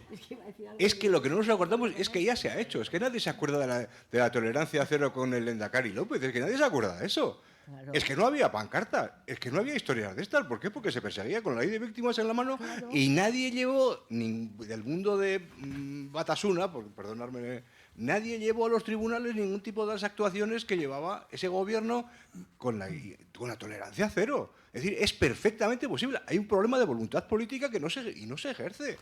O sea, dejémonos de historia. Es que se ha hecho. No es que tengamos que inventar, es que ya está inventado. Lo que hace falta es voluntad política para ponerlo en práctica. Y eso legitima mucho más el que puedas llegar a acuerdos con ese mundo en la reforma laboral o en los bancos del ayuntamiento. Pero con las cuestiones y la exigencia muy clara. Y también con los hechos, que también es una forma de pedagogía al conjunto de la ciudadanía donde estamos y que hemos sufrido y a dónde queremos ir. Pero a mí mi reflexión es que lo que falta sobre todo es voluntad política para hacer cosas que ya se hicieron, que están perfectamente bajo el paraguas legal con la ley de víctimas y que no hay voluntad política para hacerlo. Ni de los tirios ni de los troyanos. Sí, yo quería simplemente añadir que efectivamente con la ley de víctimas hay una previsión de sanciones e infracciones que no son penales, pero que pueden dar lugar a una multa y que efectivamente con voluntad política se pueden perseguir. La ley de memoria histórica, 19 de octubre, que aparece en el Boletín Oficial 21, que ya recoge, es a lo que quería referirme antes, o sea, tenemos ahora un cuerpo de leyes en la que, bueno, pues el 22, pues tenemos aquí la Declaración Universal de lo que supone el impulso de políticas de memoria democrática como deber moral que es indispensable para fortalecer estas políticas para neutralizar el olvido y evitar la repetición de los episodios más trágicos de la historia, nunca más, y todo lo de la reparación, la verdad. O sea, esto ya es una doctrina que circula, que está en las leyes y hace falta voluntad política para que se cumpla. Pero ya está verbalizado, está regularizado, en ese sentido estamos pues, años luz de hace 3 décadas. Pero aquí tenemos también infracciones y sanciones y lo mismo. Aquellos actos que supongan por romper las lápidas de no sé qué, o no romperlas, o no excluirlas, o no sumar, pues tiene su sanción. O sea, en el ámbito pues, sancionador administrativo, que es más rápido, más eficaz, puede también, y tiene también su vía de defensa o demás, pero es voluntad política, claro. No, sí. Bueno, yo soy Roberto Moreno, soy el responsable del Ararteko de las personas víctimas del terrorismo y por dar una parte positiva es que tenemos quejas en este sentido, hemos ido teniendo quejas. Bueno, yo empecé en 2019 y todos los años, sobre todo de COVID, hemos tenido quejas en este sentido con pancartas, también con el tema de los onguietorris, pero sobre todo con el tema de pancartas y utilizamos precisamente lo que señala Adela, ¿no? Sobre todo la Ley de Víctimas de 2008 del Parlamento Vasco. Y bueno, como punto positivo, deciros que cuando se va a los ayuntamientos de la izquierda abertzale y se ha solicitado por parte del Ararteko que se borren esas pancartas, que se quiten, están accediendo. A veces cuesta, a veces hay que hacer requerimientos, a veces hay que hacer llamadas, pero por dar una parte positiva, ¿no? Incluso incluso con monolitos de homenaje en lugares públicos, diciendo no pone ni Gora ETA ni nada, hombre, pero no tiene ningún otro reconocimiento público un ciudadano más que haber sido miembro de ETA, ¿no? E incluso con eso se están logrando o están reaccionando a eliminarlos, ¿no? Por dar un punto positivo, es decir, sigue habiendo ese panorama urbano, sigue habiendo, pero yo sí que creo que ahora hay los instrumentos jurídicos e incluso ayuntamientos que hace un tiempo no hubieran respondido al Ararteko, están dando los pasos para borrarlas y muchas veces de forma bastante rápida.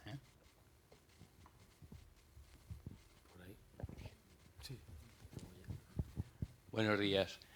Gracias por esta indudable charla que están teniendo. Yo el otro día estuve leyendo en el Correo un artículo en el cual 500 y pico de componentes de los cuerpos de fuerzas de seguridad habían solicitado ser víctimas de derechos humanos. Estamos hablando de la convivencia, la justicia, y el gobierno vasco pues ha hecho una ley en la cual reconoce en este caso a las víctimas de esas personas que según ellos por aquí son victimarios. El tema no queda así, sino que la gente que ha hecho, seamos víctimas del terrorismo, no lo seamos, o seamos miembros del cuerpo de seguridad del Estado, no lo seamos, ya inadmiten la solicitud como víctima de derechos humanos. Ya no somos víctimas de derechos humanos cualquiera, solamente son los victimarios aquellos que son represaliados por el Estado. Y eso está hace como un mes que salió. Me parece que la convivencia ya desde, digamos, ese grupo de personas que empezó a gestionarlo, el Jonan Fernández, si alguno lo conoce, todos sabemos de dónde viene, de la izquierda Berchale, y que van a ser historiadores los que van a tratar todo eso y que van a dar charlas en el colegio, estas personas, difícilmente podemos tolerar la convivencia, que todos lo tenemos muy, muy bonito ahora mismo, de nuestras leyes, pero tenemos las leyes de aquí, y creo que sí nos están afectando de una manera más impositiva en la convivencia y la verdad. Si queréis comentar algo. Bueno, parece ser que sí que cada uno tiene su opinión, pero sí estáis de acuerdo en algo, en la cuestión de la voluntad política. Evidentemente hay instrumentos legales. Lo que hay que ver es, y lo pregunto a la mesa, es si realmente no se aplican, ¿por qué? ¿Por qué no hay esa voluntad? ¿Alguna opinión tendréis? ¿A la mesa o fuera de la mesa? Bueno, la política, sí. Hombre, por la misma, más o menos por la misma razón por la que se llega a acuerdos con Bildu, ¿no? Quiero decir, hay un contexto determinado y no se avanza en determinadas líneas para no molestar, por ejemplo, a Podemos, pensando más desde el gobierno central, ¿no? Con todo y que sí que creo que se está haciendo una política penitenciaria, en principio las informaciones que a mí me han llegado, rigurosa y buena, ¿no?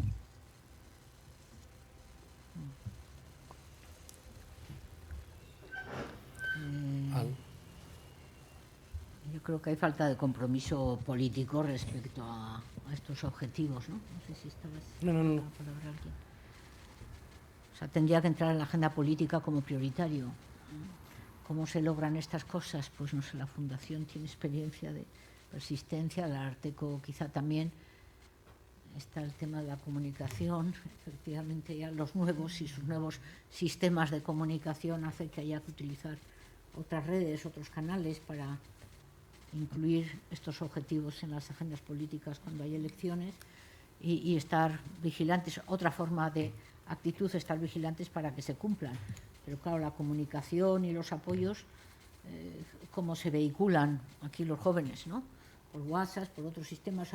Yo reconozco que hoy día las campañas a efectos de lograr los apoyos para objetivos tan importantes para la salud cívica de la sociedad, pues requieren una actualización de los medios. Me ha parecido muy interesante lo que apuntaba mi compañero de mesa respecto a llegar a una comunicación emocional, los programas escolares de, no sé cómo se llaman, Adian, y otros pues son importantes, pero bueno, pues habría que extenderlos más, y luego quizá también necesitamos estudios para saber realmente qué es lo que piensan los jóvenes y sus familias. O sea, quizá el diagnóstico de cómo está la interpretación del significado de ETA a lo largo de la historia nos podría alarmar o no, o ver dónde hay que incidir, ¿no? Pero creo que esto es lo que no se puede dejarlo. Ya los poderes públicos tendrían que incluirlo dentro de sus agendas, dentro de las subvenciones, sobre todo en el País Vasco. Sí, Joseba. Sí, una cuestión, Gogoan y la Fundación Fernando Buesa y una asociación muy pequeñita se llama el Carbisi, nos unimos las tres, hicimos un informe o una propuesta secundaria, si se quiere, y muy marginal para todo lo que ha hecho, por ejemplo, Covite, pero nos valió para reunirnos con algunos ayuntamientos de la izquierda abertzale con este asunto de la consideración social de los victimarios, y nuestra sensación en ese caso fue más bien negativa, ¿no? Nosotros hicimos 3 requerimientos, elegimos esos 3 ayuntamientos porque nos parecía que era tal vez los casos más evidentes y más sangrantes. Era el de Oyarzun, que mantenía un mural, no una pintada secundaria, sino un mural a uno de los asesinos de Ignacio Uría. El frontón de Hernani, que es un frontón de propiedad municipal, y también un gran mural que estaba en una de las paredes al lado de la Icastola de Rentería. Elegimos esos 3 casos porque eran propiedad municipal, donde estaban los murales y donde estaban ese tipo de cuestiones, ¿no? Sí, habla si quieres. Es que los han borrado. Sí. No son las quejas que vinieron después. Claro, la sensación es negativa, pero yo lo que digo es que incluso cuando tienen poca disponibilidad a hacerlo por propia voluntad o reuniéndose, no sabía que se había reunido. Me resulta curioso porque justo esas 3 quejas llegaron luego después, sí, y hubo que insistir, pero los han borrado, sí. Sin más. En el caso de Rentería, por ejemplo, estuve yo con Alberto Muñagorri, el de Oyarzun ni siquiera nos contestó al correo electrónico, y el de Hernani nos dijo que no iba a hacer absolutamente nada con los retratos de los presos en el frontón. Si eso se ha mejorado, bien, pero nos costó, Eduardo, muchísimo convencerles, mociones, en fin, hicimos ahí un trabajo de 2 o 3 años, ¿no? Yo creo que con esto sí. Tal vez, efectivamente. Bueno, con esto de las emociones, yo creo que conmover es la antesala de la empatía, ¿no? Me parece que es importante.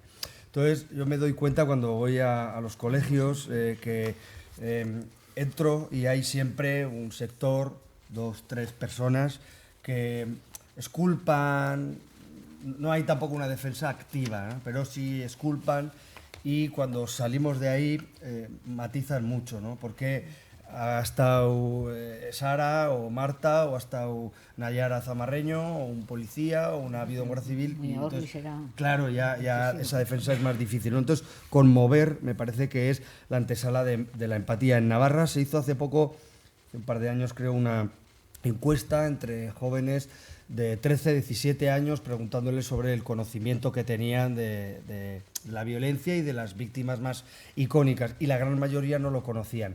Pero es que eso es normal.